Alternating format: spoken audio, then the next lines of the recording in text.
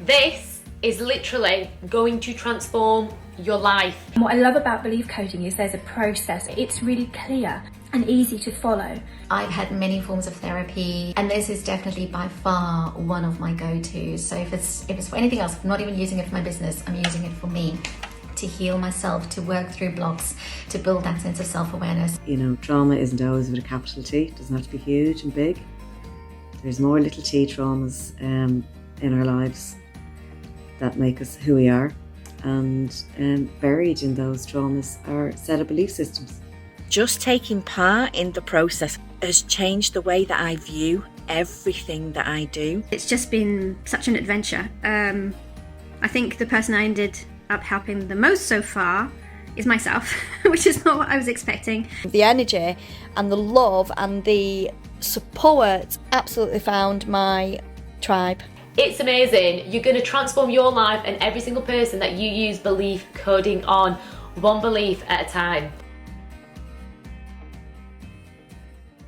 Hello and welcome to the Love, Peace, Truth Camera podcast. I'm your host, Leanne Brown, and today I've got the beautiful and very amazing Ruby Perry with me today, speaking all things birth, from hypnobirth to shamanic birth, which is just incredible, and the agenda behind veganism. So don't miss this one. Enjoy the podcast. If you're in China, you just know it's corrupt. They want it to be like that here. People are pretending to be 12-year-old kids, mate, and they're not. Yeah. They're 40-year-old men. Now we're getting bombarded with all these death numbers, but there's no context there. He'd got one child pregnant, he'd raped many others, and we had evidence to prove that. Do you think evil still exists today as it did back then? And the answer should very simply be yes.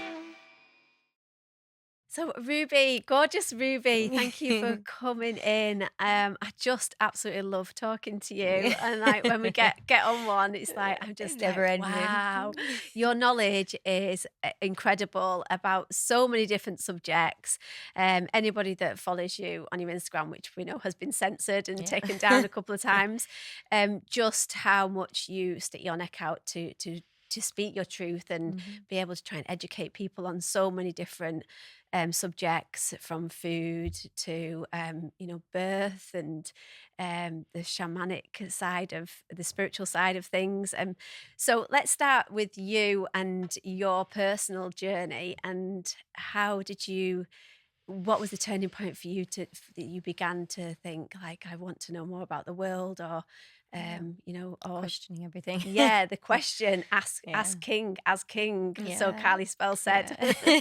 Yeah. I mean, for me, I've kind of always been this way inclined. I suppose maybe I'm an old soul. Maybe I've experienced these sort of things before, because I've always kind of had that nature.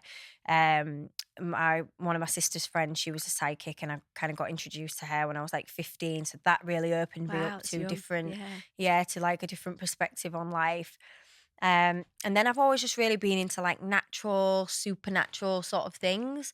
And then when I was 19 or 20, I went off and kind of made it my career and went and did some yoga training and went to India and like found myself and did some soul searching. And kind of from there, really everything kind of spurred on from that point. But even in like my teens, I've always kind of like experimented with stuff, like my friend who used to go like picking mushrooms and stuff like that, so we've always like had mushrooms as a teenager, so it's very like mind expanding from a young age. And he actually was the person who introduced me to, I would say he was like the catalyst for like opening me up to like all the real deep dark rabbit holes and stuff. He introduced me to like David Icke and told me about all the like Queen being a reptile and all that sort of stuff when I was literally like 19. Wow. And I used to share it on Facebook. And so how old are you now? I'm 29 now. So wow, so you've been one of these people that had all this information for so long and been having to try and tell people and then just been like, you're crazy, girl. Yeah, literally like crazy. And obviously back then, that was a long time ago, like Facebook, you know, Instagram had not even come out then. And I was posting on Facebook like saying the government are doing this to us, the government are trying to do this is the agenda, new world orders coming. And my post would be deleted within like 20 minutes. And I'd be like, oh my God, they've deleted my post. And everyone would be like, who have deleted your post? Like, who are you talking about? Like the government are not following you and like deleting your Facebook post. You're onto But it back then. Yeah. Back then, yeah, literally deleting it all. You're like me, you've got a black mark against your name. Yeah, yeah. So that I've kind of always known about it, but because nobody else talked about it, nobody else wanted to talk about it, I kind of just like shrugged it under the rug and didn't really ever like give it too much attention. Kind of got on with my life and focused more on like the kind of spiritual health side of things. What was your childhood like? You know, my childhood was, you know, like conventionally good, as you would say. Obviously, delving into it now, there's parts of my childhood which have affected how I am as an adult, which I'm, you know, working through. It's a lot to do with like what I work with now, in my career and stuff. But my childhood generally was great. You know, we had loads of fun. Parents stayed together like my whole life until my dad passed away. It was generally really like great. I didn't have any significant like traumas or anything like that. Specific moments or stories that you can tell, like that maybe would have opened your mind, like tapped into your spirituality back then? Or was it... I genuinely don't think it was anything from this lifetime. I think like maybe it's stuff from a past life, or I wouldn't know. But when I was very young, I remember, I mean, and this is the case for a lot of children, you know, they're very psychically in tune. But I used to say that there was a baby around me, and I can still picture the baby now, actually, like ginger, like auburn hair. And I said that her name was Angel, and she was a baby that drowned in a drain. Wow. But I said that from like a really young age for a really long time. So it's like the imaginary friend that children always speak of, but I believe that they are definitely. They're spirits. so in tune. Kids are so in tune with seeing spirits and stuff like that. So that was probably the only kind of thing that I can really remember. Were you told that, no, Ruby, that it's just nonsense, it's not real? I can't remember, but I don't think so. I don't think my mum and dad ever dismissed it, no, because they're quite spiritual and always believed in, you know, it's like spirits and where you go after you die and stuff like that. So I don't think they would ever dismiss it. And I've always just been a complete nature child, like collecting stones and rocks and sticks since I was eating literally, worms. literally eating worms. I used to go fishing and put the worms and the maggots under my tongue. Oh, God. I was a total tomboy. But yeah, so then it's kind of just as I've made this into my career and, you know, gone down the health route and the spiritual route, it's just unfolded, and I've just developed more and more like skills and knowledge. And then obviously having my son, and that just takes you on a whole new journey because you're taking care of somebody else then. So it's, So tell us about your career, what it is you do. I do a range of things. I suppose, broadly speaking, I'm a holistic therapist and a health coach, but I've got a lot of qualifications in different things. So I've trained in a lot of energy healing therapies, massage. I do advanced skin treatment. I had a lovely facial off you as well, which was a a lymphatic detox facial. Yeah. So I like to kind of give people nutritional knowledge and help like with skin treatments that kind of complement that, because it's nice to just have a skin treatment anyway. People like doing that. You might as well kind of have one that's super beneficial and using really nice products and stuff. So and skin's always been a little bit of a passion of mine because I've struggled with it throughout my teenage years, probably due to the contraceptive pill, but that's another topic. Oh gosh. But yeah, so I do a range of different things, sound healing, shamanic journeying, and I'm now kind of going down the route of helping pregnant women or people trying to conceive have a more spiritual connection throughout their pregnancy, to kind of like heal generational traumas and break those patterns that cause us so much pain and that we have to go back and heal, that we've carried with us for so long, the bags and bags that are not our bags to carry. Yeah. and there shouldn't be our children's bags to carry either. So it's about breaking those patterns and creating a better future for us all, which is what we need, isn't it? We need healed, wonderful children that are not carrying all of this painful trauma, ancestral that, trauma, even like that we don't even realize, like you Yeah. say. So let's talk about birth. So for me, my 3 births were very different, and like I've spoken. We spoke to Jean on the sofa in Iconic. I was talking about how when I went with Hallie, I went to parenting classes, and I was told there was a menu of drugs that I could have and what order, and then which I then just followed that menu in that protocol. It ended up with an epidural, 36-hour labour, and I actually went to in the classes. It told you what kind of instruments could be used to get your baby out, which were forceps, the suction. What else do they use?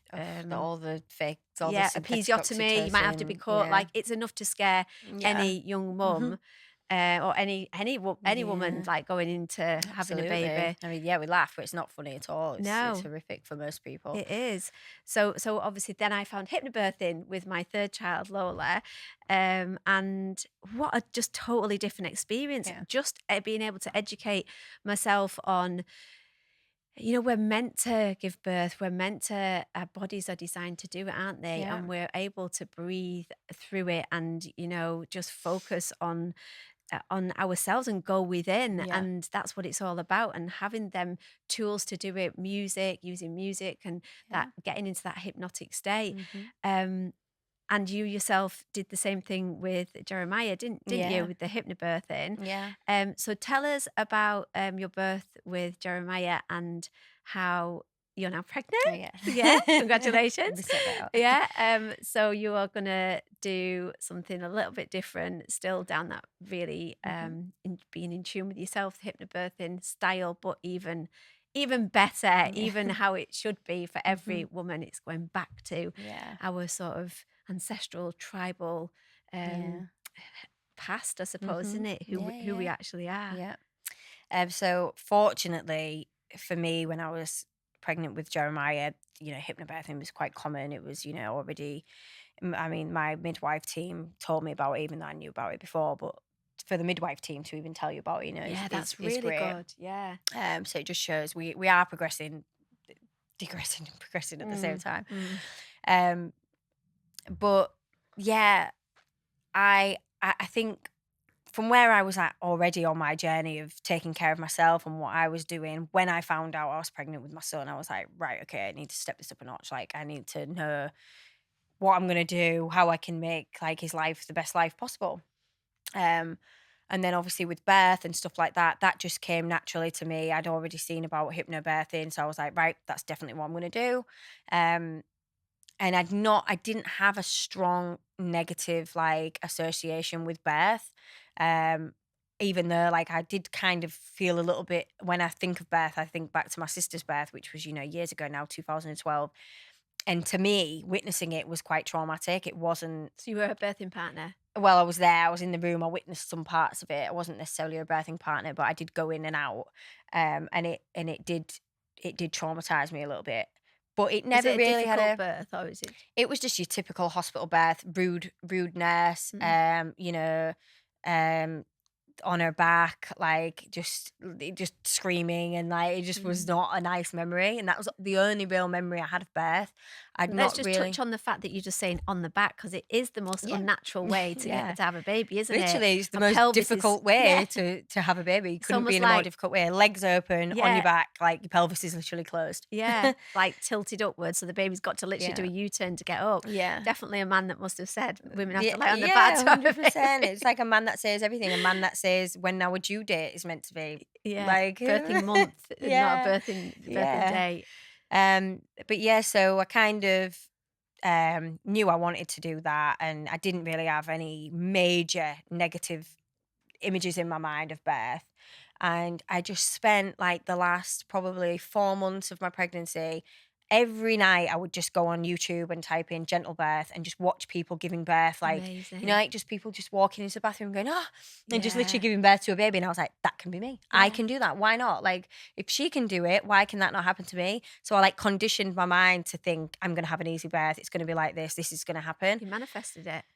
I manifested it. I mean, it didn't just fall out, but he certainly didn't fall out. But every time I had a contraction, I was thinking, this could be the last one. This could be the last one. And it was Yeah. kind of just that reprogramming of like, That's what I was yeah. thinking when I on the Lola's just one. breathe through it. And, you Yeah. know, like it's not, you just say, just breathe through it. It's not easy. You have to remind yourself to breathe through it. But Yeah. when you've trained yourself a little bit before and you know, okay, when I get in there, no matter what happens, no matter whether an emergency happens and it throws me off track and I have to go in hospital, whether they say this has happened or whatever is going to happen, it's up to me to keep my body calm and to keep my baby feeling calm and safe. And that essentially can change the outcome of your birth. Like if you're stressed, it can then put your baby in stress and then your baby doesn't come and it can delay and everything. And then once you've got medical people in your ear telling you what you need to do, then it can just go a total different way. So I think hypnobirthing's great for anybody, no matter what they're choosing to do, even if you know you're going in for a C-section or whatever. Like it's just good to have that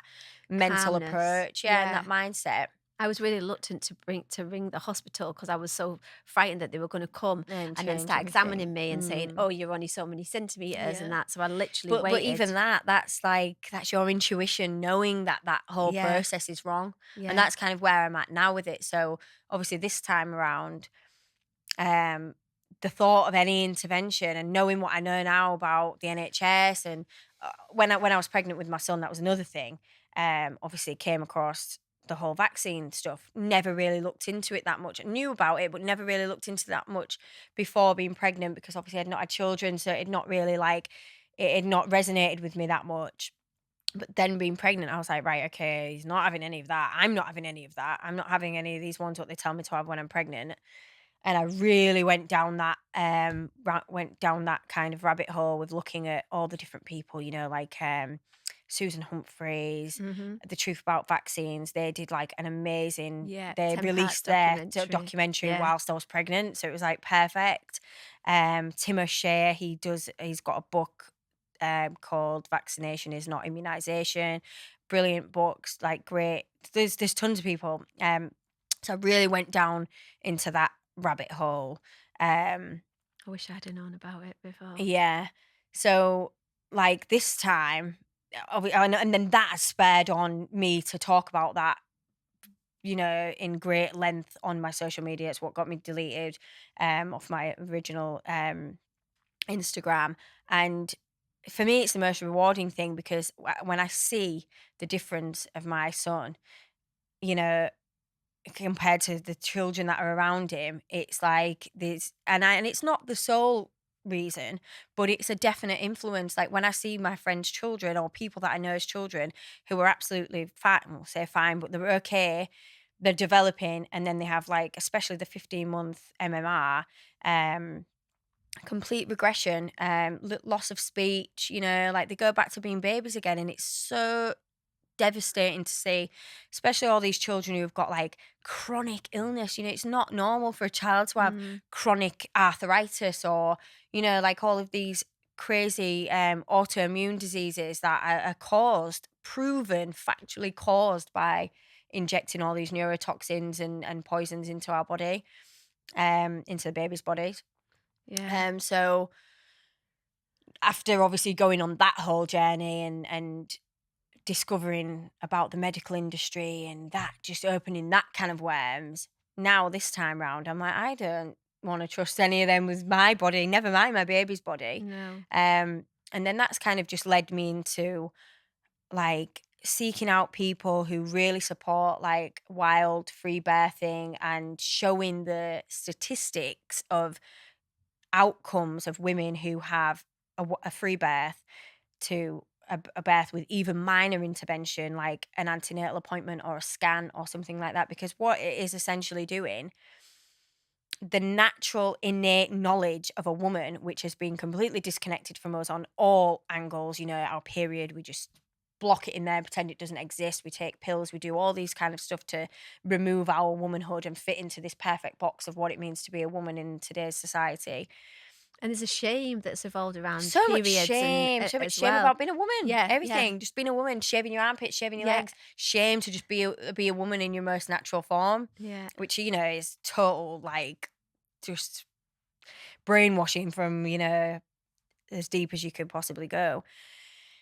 And just going back to having that intuition of being a woman and knowing how your body is responding in these situations. You know, you've got a baby in your body. You know that you've got a baby in your body. You don't need somebody else to tell you that you've got a baby in your body. You know whether something feels right, whether something feels wrong. Why all of a sudden have we abolished this knowledge from ourselves, which was there and has been there and is still there in a lot of, you know, Indigenous communities, you know, isolated communities that still practice all of these kind of methods and ways of living. Like you were saying in the car about how it's treated as an illness almost. Yeah, it's like an illness and a problem something out of you. Yeah, and we always focus on the negative sides of it, and obviously we do focus on the positive, but like there's so much enhancement of the negative side, which there shouldn't even really be a negative side because you're literally giving birth to a child, like, and it's this opinion of what's good and what's bad, you know, but. It should be ceremony from the moment of conception. Your body is in ceremony, and that is how it is. You are a portal carrying a spirit, so you are essentially like in spiritual ceremony at all times. Like, and that's Such how a beautiful way to describe it. and it's how it should be. Yeah. But you know, it's just everything's completely medicalized and turned upside down, and we're made to fear everything and put our innate womanly ancient trust that is naturally within us as creators, put it to the side and hand it over to somebody who knows absolutely nothing about your body, you know, virtually anything about health anyway. All these professionals are virtually trained in nothing useful, just what they've been told, just by the books, who we know was created by the most satanic, evil people on the planet. So why are we listening to any of that? Yeah. And you'll never kind of shake somebody that's gone through that system and is trained with the NHS midwives, you know, even if you've got a holistic midwife who does hypnobirthing, they're still always going to be ingrained with that. Oh, but what if this goes wrong? What if that goes wrong? You know, it's the fear. And that's another thing to talk about. Fear is its own frequency, and it's what they feed on. It's there. Yeah. We talk about them there later. Yeah. It's what they feed on. They feed on this fear, this frequency. It's called loosh. That's what the frequency of fear is named as in their terms. It's loosh. It's loosh energy. And it's complete fear, and they thrive off it in all circumstances, especially when children are involved. So pregnancy, it's the same sort of thing. It's just this complete fear, taking away our power and our sovereignty in all aspects of our life. And when children involved and in this birthing process, it impacts them generation on generation on generation. What would you say to anyone that's listening to this saying, yeah, but I did go down the hospital route and actually it was good, or or it saved my baby because there was this wrong with it, or they discovered something early on. What would you say to I'm not denying that medical intervention has its part. Like a C-section, for example, was actually discovered hundreds of thousands of years ago by Africans. Really? And perfected, by the way. And also cesareans are very necessary in certain situations. If, for example, you are what's it called? Sorry, placental. The placenta. When your placenta's covering your cervix. Sorry, I forgot the exact term for it. Placenta previa. Placenta previa, where your placenta is literally covering your cervix. That in that situation, you need to have a C-section. Otherwise, you'll bleed to death. Yeah, you need to have that. But, however, you will know that that's what you need to have way before the day that you're giving birth.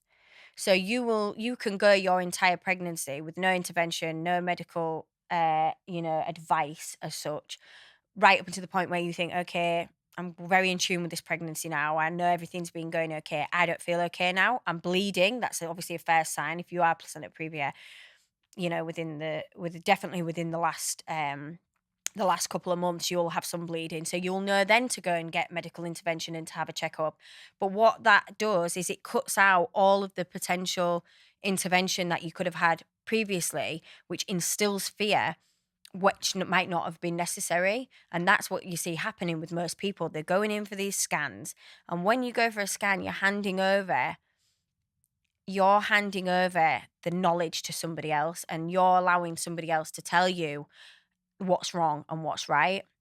And it also comes back to this aspect of looking at it from like the most natural perspective possible. Like, I'm pregnant, I'm going to give birth. That's the end of it. You know, that's like an outlook of it. So like, I'm pregnant, this is what my body's going to do, and I'm going to give birth. Something might change down the line, but this is essentially what it's going to be. Do I need to go have scans and checkups for somebody to tell me that something's wrong? Am I the type of person that might make a decision not to have my child if I find out that something's wrong? You know, for a lot of people, they'd say no matter what they came back and told them on a scan or on an opinion, you know, or an expert's opinion on what their scans are coming back with, you know, your baby's disabled or whatever, you maybe need to think about having a termination. Some people would never make that decision. So why go and have the tests, you might argue. Even like the amniotic, when they take the fluid, when you go over a certain age, they say there's a chance of Down syndrome. Again, so it's like it's reframing your mind to let's just do this the most natural way possible. But also what we see is an alarming figure of misdiagnosis, just discrepancies in the scans and what's coming back, and nurses and midwives saying something is there when it's not. And then you have people making decisions which might not necessarily have been needed to have been made, or the baby comes out and it's absolutely fine. And all the things that woman has been feared into throughout her entire pregnancy, that's put her body in a state of fear, completely changed the outcome of her birth, didn't actually even exist. And okay, you can have a baby that might have some kind of problems or health problems. That doesn't mean that your birth has to be traumatic, delivering that child, just because the child might have a condition when it's born, unless it's going to affect them immediately or affect a mother immediately during labour. It wouldn't, not necessarily, if they've got like a problem with an organ or I don't know, any example. It doesn't necessarily mean that there has to be all of this intervention. And there's so much poor information that comes out of the NHS and midwives that they actually don't know what they're talking about. I'm not speaking for all midwives, but there are a lot of people who actually are very misinformed with certain things. Yeah, and it's so apparent how they don't talk to one another within each department as well. Yeah, it's so much neglect. So disconnected. But it's been done intentionally. You know, over the decades, they've destroyed the maternity units. You know, and they've made it this place where it's not a safe place to birth, or you know. And I say it's not a safe place to birth. What I mean is, it's the woman is not cared for completely. You know, it's not a safe space for a woman to do the spiritual job that is happening. And mentally, there's no care. There's no real aftercare. There's no. What gets me is the amount of stories that I've heard of friends that have actually said, "Oh, I've got like contractions," or "Oh, I mean, again, the terminology in hypnobirthing is completely different, which makes a big difference in the word pain and the word surge. You know, for instance, but. No, you're not in enough pain. Like, go home and for a few hours yet. There's no way you do this baby yet. They go home, they have the baby in the bath or the on the toilet. That's probably a good thing. Yeah, exactly. But then you also have the opposite. Then you also have the opposite, and you need to do this, you need to do that. This is happening. They get induced and Oh well, this has happened, or you know, and then it leaves you to question, why has it happened? Has it happened because I'm completely disconnected from my truth and my intuition and my trust that I can birth my child myself?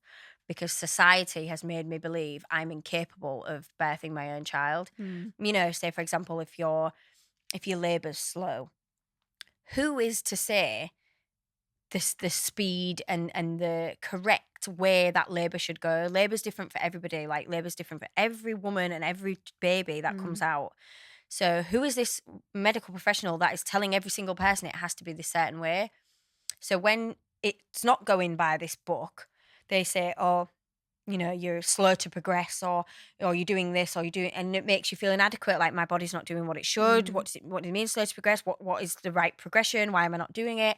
Instantly you've lost trust in yourself. Instantly you're filled with fear.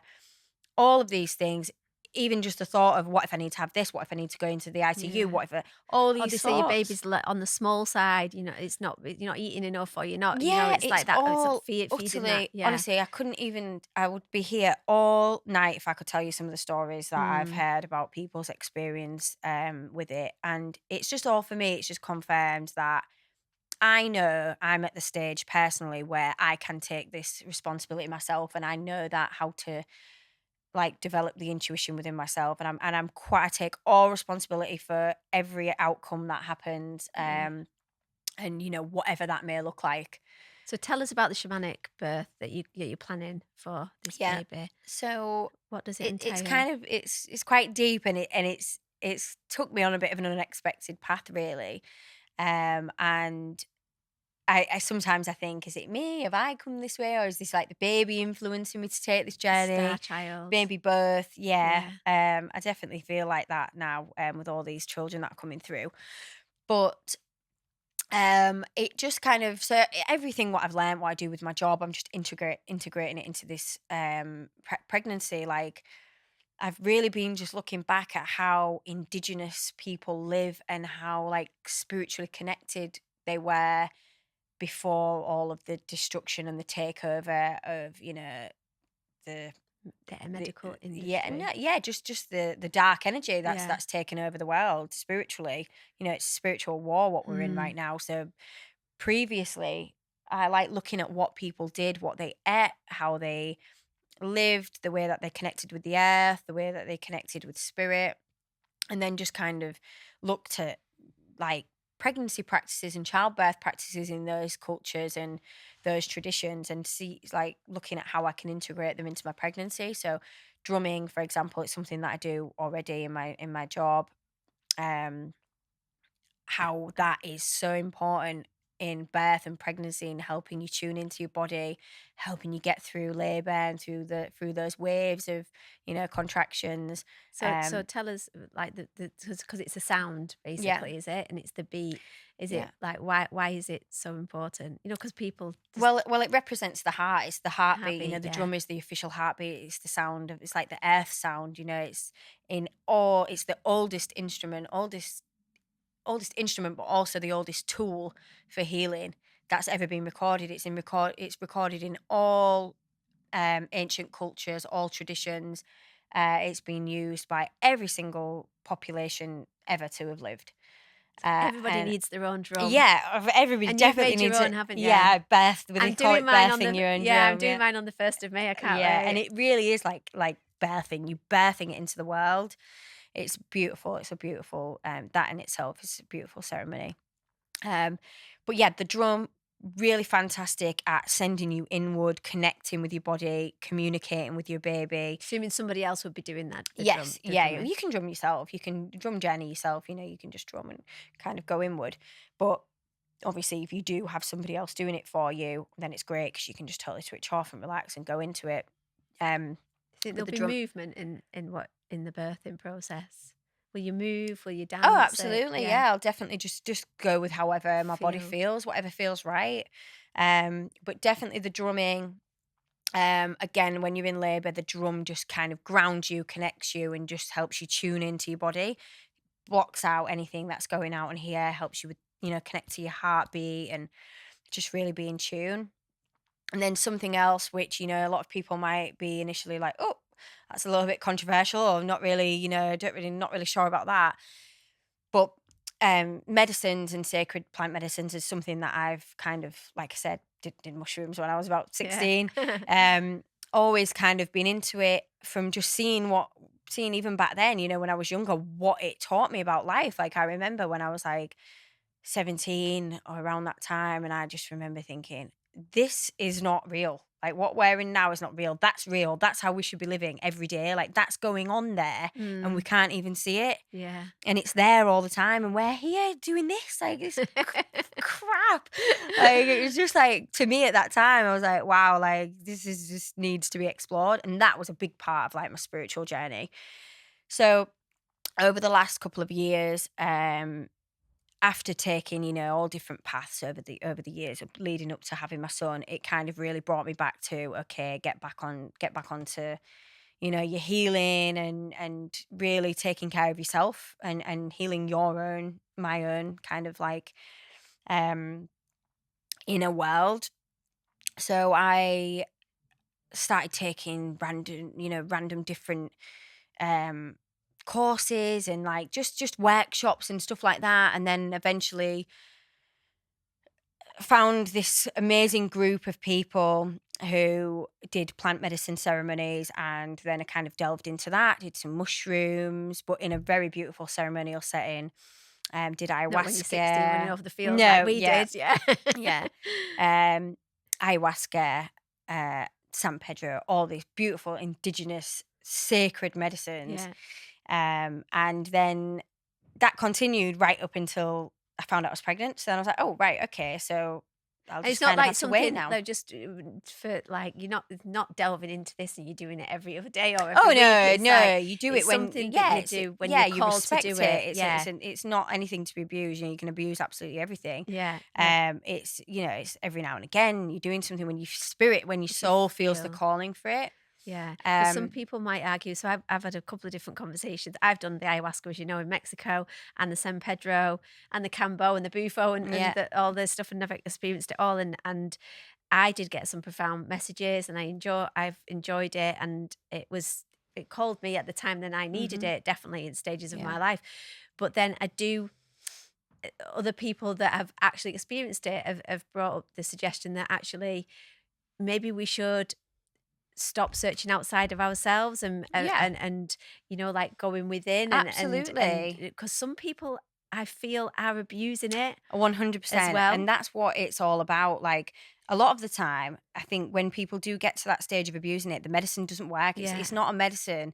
It's not like a drug that you can take and it's going to give you that hit every time. Like it's a spiritual communication. So if that decides that's it now, you've abused me, it will tell you that. Or it won't give you anything. It won't, you know, it's not like a high that's going to give you like a hit. You'll have nothing. And you see that a lot with a lot of people. And because I think it's being talked about so much more. And almost like publicized. Like some people don't even know about it, but I feel more people that are troubled initially that are going down that route for a high, or even thinking, oh, this is the answer, and then continually going back for the answer without actually doing the work after. It's like microdosing, for example, like the microdosing trend now that everybody's on, which is great, you know, it's absolutely fantastic, but they're missing a crucial part of it because it's not a supplement, it's not a pill that you just pop and everything's fine.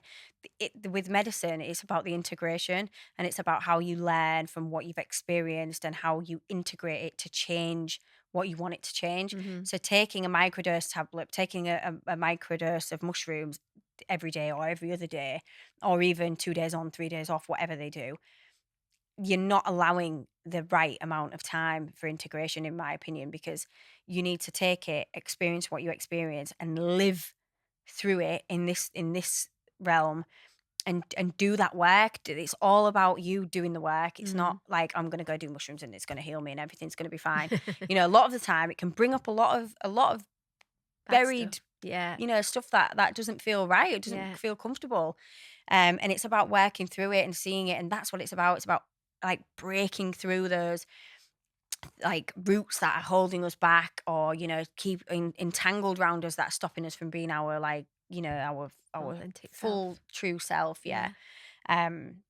So with the medicine, my experience with it, you know, I've only done most things, like apart from mushrooms, like ayahuasca, San Pedro, Bufo. I've just done them once. I've not felt the need to do them again. Like you said, I've got what I needed from them. And I don't feel like I've got anything massively troubling that's holding me back. mushrooms are amazing for like addiction. So people who do have addiction, they are fantastic for addiction. But again, working with somebody who's a trusted person who can hold a very safe, sacred and grounded space for you before and after is very crucial.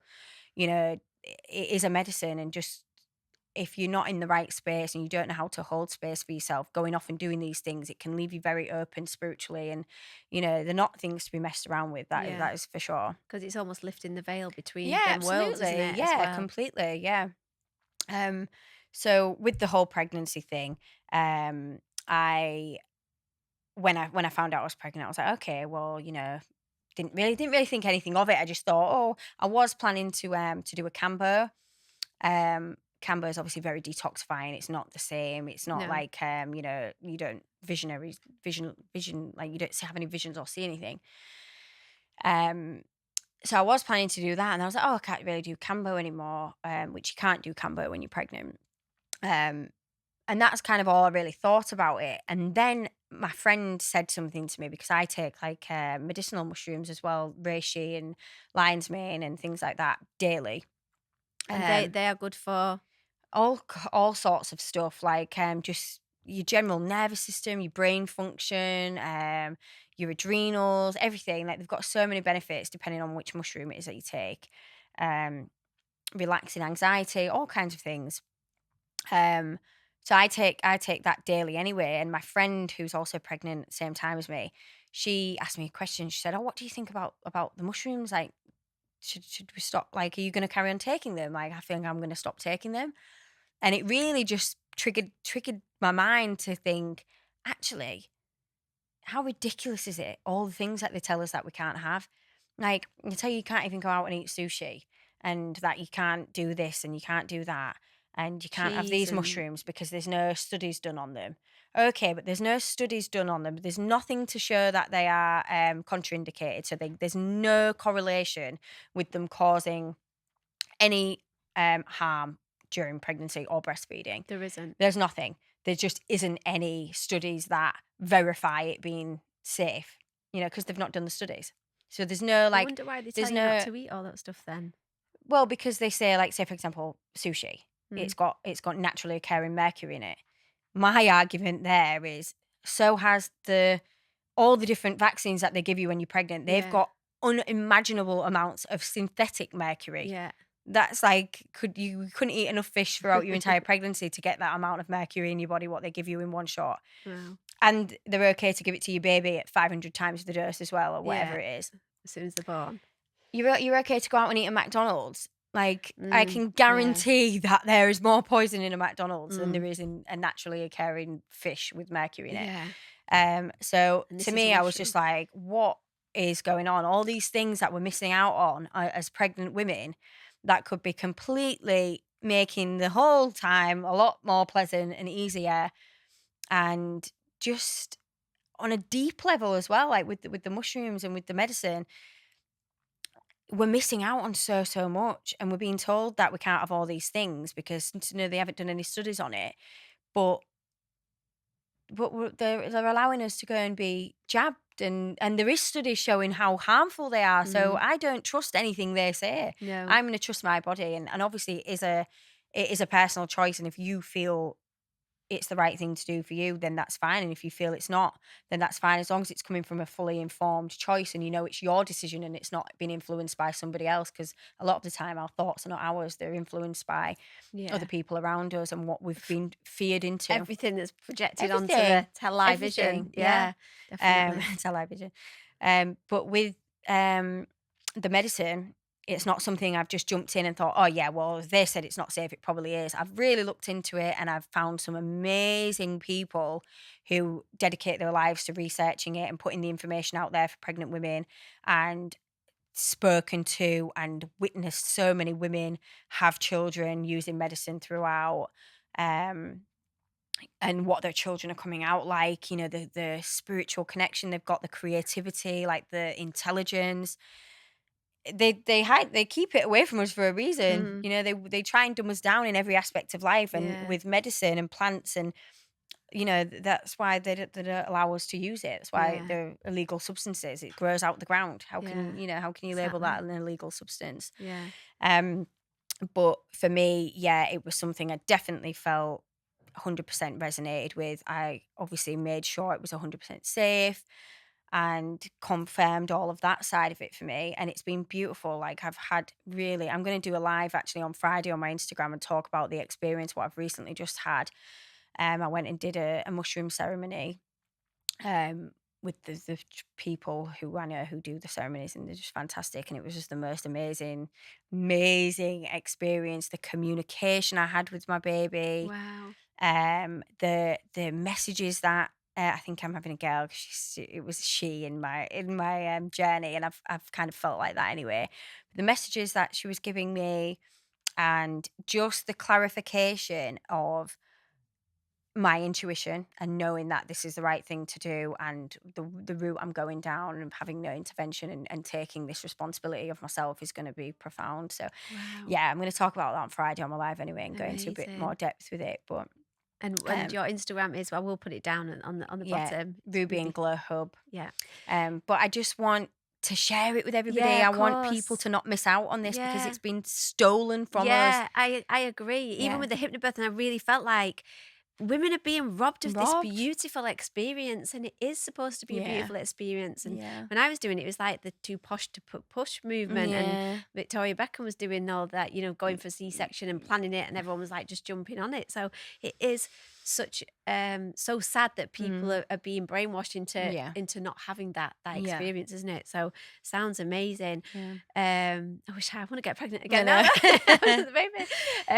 But talking about the food and things growing from the ground, you have been, we were talking about in the car, the veganism agenda, and I was speaking to somebody the other day saying everything with the ism on the end of it is usually there's an agenda behind it. Well, it's a movement, isn't it? It's a push from somewhere. So I still eat a bit of meat. I don't eat a huge amount of meat. I eat a bit of fish, a bit of meat, but I've never been fully plant-based. I've tried it, and but you did, didn't you? You have gone completely practically, and then your views on it now. I mean, it's always controversial. It's a little bit of a bugbear for me anyway when I see people labeling themselves. That's always irritated me. So even if you are a vegan and you want to eat however you want to eat, it's this thing that we all do of telling the world what we are and having this label on it. And I think it's really detrimental for children. It creates such a negative relationship with food, labeling, whatever label you want to give yourself, gluten-free, vegetarian, vegan, this, that, low fat, whatever it is, whatever label you want to give yourself. Labels are not good, especially when it comes to food, because it can just develop so many controlling habits with food. Food aversions, negative relationships with your body and food, and it's just not what kids need. Absolutely not at all. Never mind adults. But I definitely think this whole labeling, it just gives you no room. No room for anything. I'm a vegan, so if you accidentally eat something, because it happens all the time for people now. It's hard to fully control it. And then what? You go away and you feel guilt and shame and sadness about yourself and how much of a terrible person you are because you accidentally ate something. And then it's why? It's this, we've got a very poor connection with how important our thoughts are and what, definitely. If you think that food, what you've just ate, is going to literally poison you and be this and be that and cause you all these, then it will. So having all these negative feelings around food, shame, guilt, I just find it so toxic. And there definitely is a movement with the veganism. You can see it already. People, all you need to do is look at who's invested in it. And Kill Gates again. And GMO foods and fake meats. And, the beyond stuff, about the whole, I don't know if you've come across the link between Beyond Meat and Planned Parenthood, and it's disturbing. Yeah. But it's totally believable when you look at who's in it and who's involved and all the evidence. It's And this is the thing, people are saying, oh, I'm going plant-based, and then they're buying this stuff off the counter because Exactly, we yeah. have become so lazy in the sense of if you were going plant-based and you were eating raw and you were eating, like, that's probably the best thing to way to do it, not buying packaged processed absolutely, yeah. meat in any That's form, the agenda really. side of it, you know, it's the fake meat, it's this whole pushing us into that side of things, of eating synthetic food, and that's the way it's going to go. But also, you can look at it from the other aspect of how they've destroyed our relationship with food over the decades, how they've basically created such a toxic stigma around meat and dairy, but they've done it very intentionally. They've changed meat and they've changed dairy. And so what we would have associated meat and dairy with being, you know, highly nutritious forms of food, soluble vitamins, you know, fat soluble vitamins, which we need, they've destroyed that in the food source. So it doesn't provide any of that nutrients anymore. They make us eat all the parts of the animal which we would never have usually eaten, you know. And so then they've changed our perception of eating meat. So they've made us believe that's how we've always ate meat. We've always ate milk the way milk is, and we've always ate, you know, beef and pork the way that we eat it now, or the way that we, you know, as it has been recently over the last 50 years. That's not how we've always eaten animal products whatsoever. In indigenous tribes and stuff, they would never eat it the way that we've eaten it over the last 50 years. And so they've created this big negative kind of, you know, stigma around meat. So everybody hates it now, and everybody, you know, wants to be vegan. And if you're not a vegan, you know, you're, oh wow, you're still a meat eater. Virtual you know, signaling again, isn't it? it's shocking on all angles. Like it's really bad. Oh, if you're not a vegan, oh, you're not vegan. Like it's just so, you know, like it's ridiculous. And actually, how I've made the trans. I've never labeled myself anyway, but we've actually now gone back to eating animal products. Not obviously not normal animal products, but how it started was my son, he obviously has grown up all his life, obviously breastfed, but then mostly vegan. And I would never give him anything, you know, anything crap or anything with any form of poison in it, or an ingredients that I knew was, you know, had like dairy and what I know dairy causes. So I would never give him anything. So he's just vegan. You know, he's been vegan up until like last year. So for like the first year of his life. And I started noticing he had like white flecks on his teeth. Like just, there wasn't bad. There wasn't like decaying, but I knew it wasn't normal. So it made me look into it a little bit. And then two people that I followed at the time who I really loved and like, you know, respected what they said. They were very in-depth researchers. They had diehard vegans, and one posted saying that she'd stopped being vegan and she'd started eating this Western price diet. And then another one had posted her child's teeth and said, can anyone help? Like my child's teeth need remineralizing, like they're decaying. And then I went on the comments, and the comments was basically two opinions out of like thousands of people's comments saying the same thing, but just the same two things. Remineralize with tissue salts, or start eating meat again. So obviously for me at the time, a few people, like, you know, no matter how many people it was in the comments, I'm not just going to start giving my child meat when I know what meat does and what dairy does. So I didn't look into that side of it, and I just went down the tissue salt side. So I started giving him them, and I did see some improvement, but not fully. I still didn't feel confident that his teeth were in the best condition they could be in. So we're talking literally like a year later now, and I bought this book at the time. It's called Cure Tooth Decay. I think that's what it's called. Cure Tooth Decay by Remiel. I can't remember now off the top of my head, but it's definitely called Cure Tooth Decay. And it's fantastic. And he talks a lot about the Western price diet. And he is a guy who went around and did so many studies on all the indigenous people and their diet and how it affects their teeth, their bones, their health, everything, like everything. And these are indigenous people from all corners of the world eating the same, obviously relative to where they're living, but the same sort of diet, not eating any tissue meat, only organs and only raw raw milk from the cows that have not been manipulated and changed genetically to what they are now, which were the cows that cause all the problems. I'll talk about that in a minute, but that's how I kind of got onto it. And then so I started looking into this Western price diet, started introducing certain things to my son's food. We've also started changing certain things. I'm not on the milk yet. I can't quite get used to the taste of the milk. It's been a long time since I've drank that milk, but we have like ghee and bone broth and organs, liver, heart, things like that. And my son has the milk and he drinks A2 raw milk. Right. So what the A2 is, it's a cow that doesn't produce the enzyme that a normal A1 cow produces. So it's A1 milk is like undigestible to humans. It's very bad for human health, causes all the inflammation. And then obviously you've got the fact that where the cows are living, what they're being fed, grains, it just adds to the inflammation and all the truth that we know about how bad dairy is. It's not a lie. That is true. Drinking conventional dairy is going to make you very sick in the long term. It is. It's not a healthy food choice. Same with meat.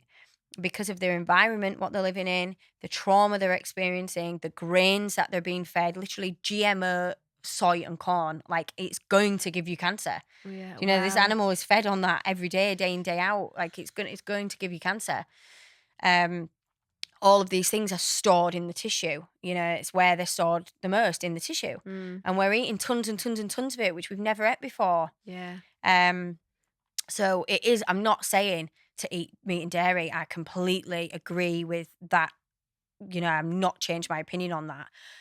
But moving towards finding, and it's not easy for everyone. And it's the expense of it as well, Yeah, really, isn't it? It's so inconvenient finding it. If you live in the city, if you live in like London, how can you be 100% sure where that's coming from? And it's just about how much commitment you can put into it and how, we travel 50 minutes to get it, to drive it. To pick it up from the farm. And we've been there, we've looked at his animals, we've asked him what he's feeding them, we've checked if he vaccinates them. We've literally vetted it to make sure it's exact. We know what we're eating. So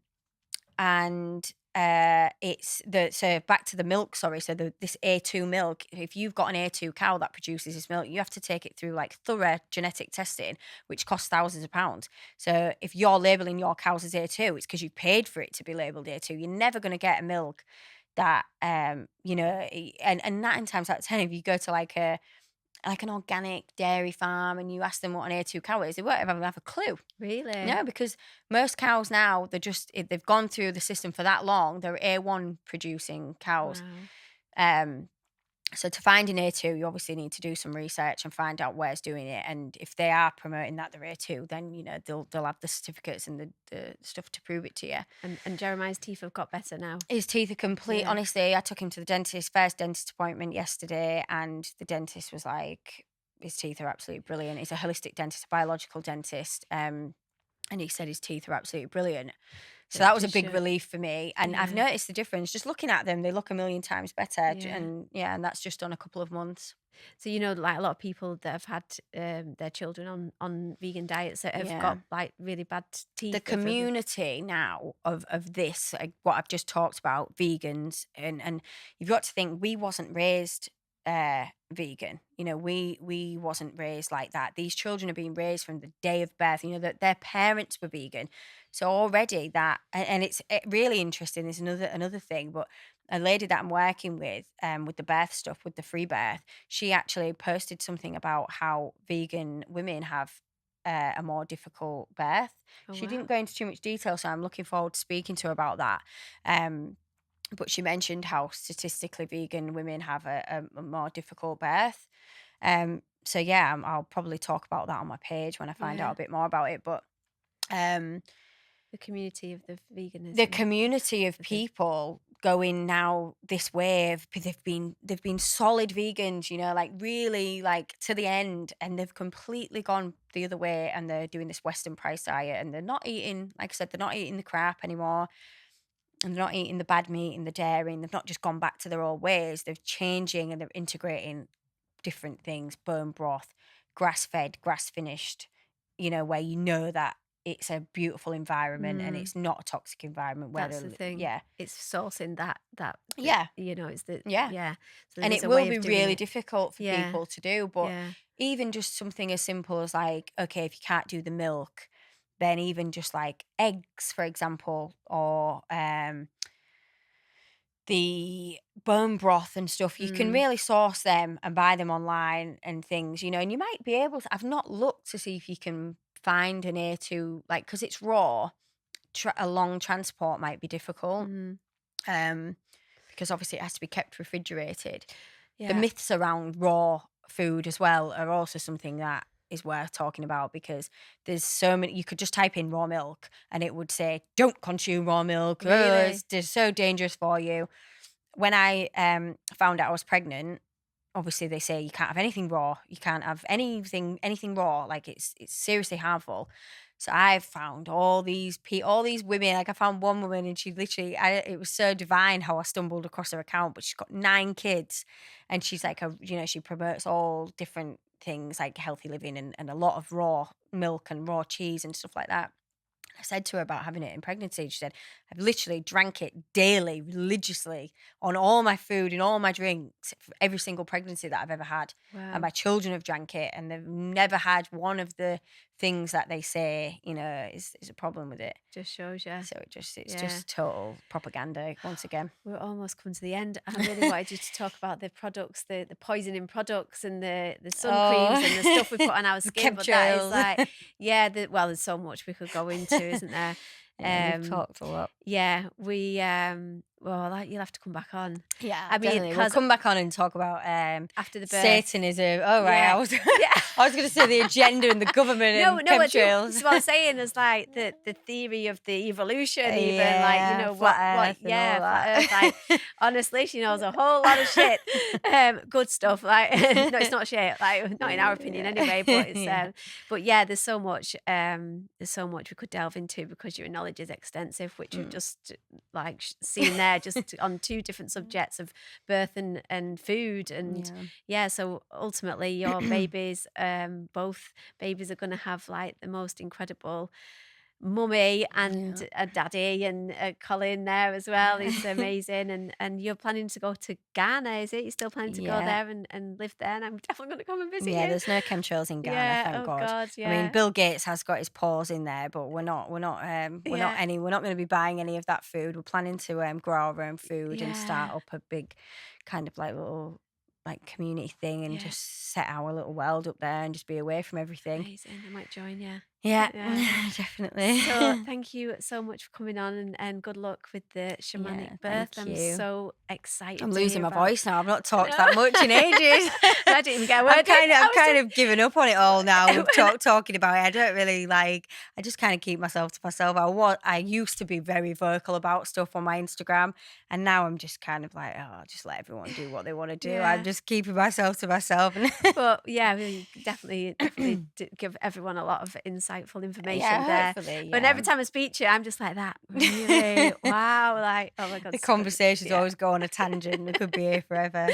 So thank you so much for coming thank on. you. It's been an absolute pleasure. I'm sure they learn about. Obviously, I'll put the links in the Free Wild Birth that you mentioned, and obviously your Instagram, and you know, if anyone wants to connect with you and to find out more information about all the stuff you talked about, which I'm sure they will.